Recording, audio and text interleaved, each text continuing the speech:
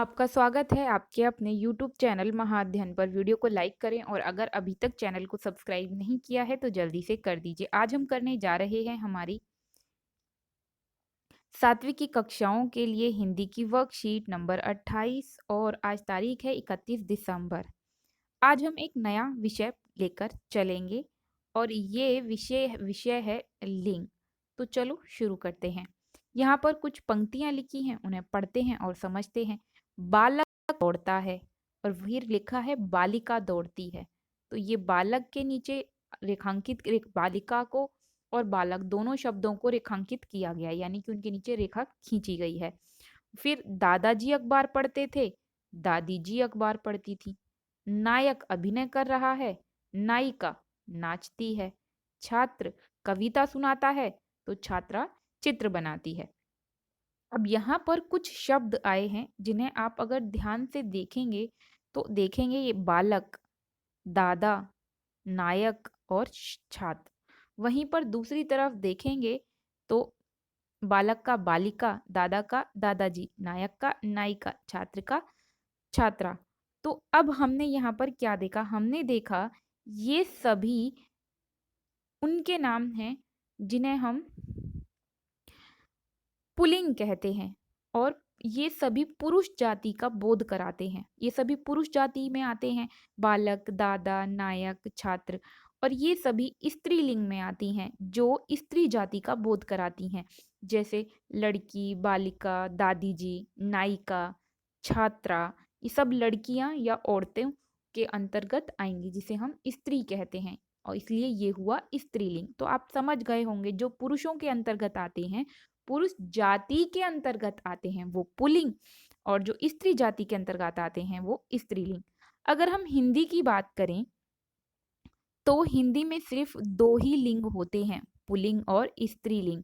लेकिन क्योंकि हम अच्छे तरीके से जानते हैं कि हमारी भाषा संस्कृत से ही विकसित हुई है, धीरे धीरे संस्कृत का रूप बदलता गया और धीरे धीरे हम इस भाषा तक पहुंचे हैं जिसका आज हम हिंदी के रूप में प्रयोग कर रहे हैं।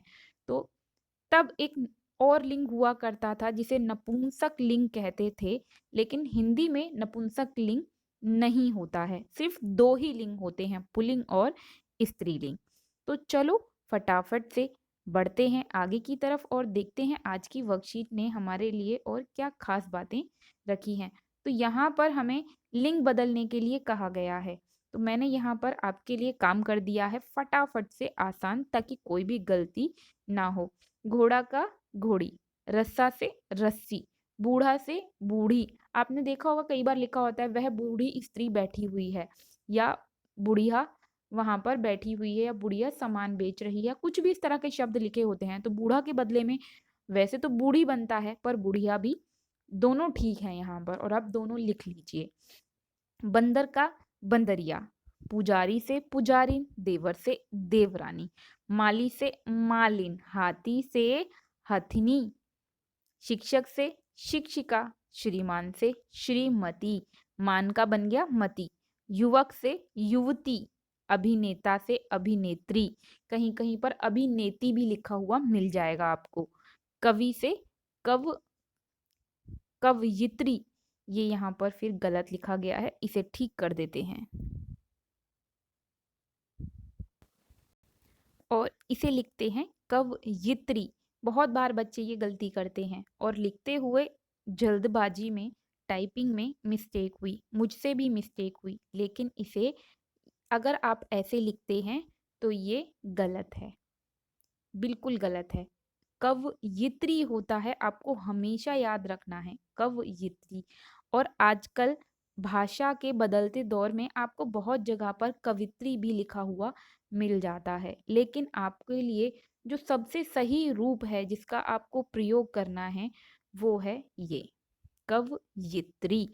तो ये थी हमारी आज की वर्कशीट महाअध्ययन की तरफ से। मैं उम्मीद करती हूँ आप सभी को इससे काम करने में मदद भी मिली होगी, साथ में आपको आपका पाठ समझ में भी आ गया होगा। तो मेरे प्यारे विद्यार्थियों, अगर आप चाहते हैं महादिन आपके लिए इसी तरह के वीडियोज़ लाता रहे तो ज़रूरी है आपका चैनल चलता रहे, उसके लिए ज़रूरी है आपके लाइक्स, शेयर्स, कमेंट्स और सब्सक्राइबर्स का लगातार चैनल को मिलते रहना। वीडियो आपको कैसी लगी कमेंट बॉक्स में बिल्कुल भी लिखना ना भूलें और कोई सजेशन हो तो ज़रूर लिखें।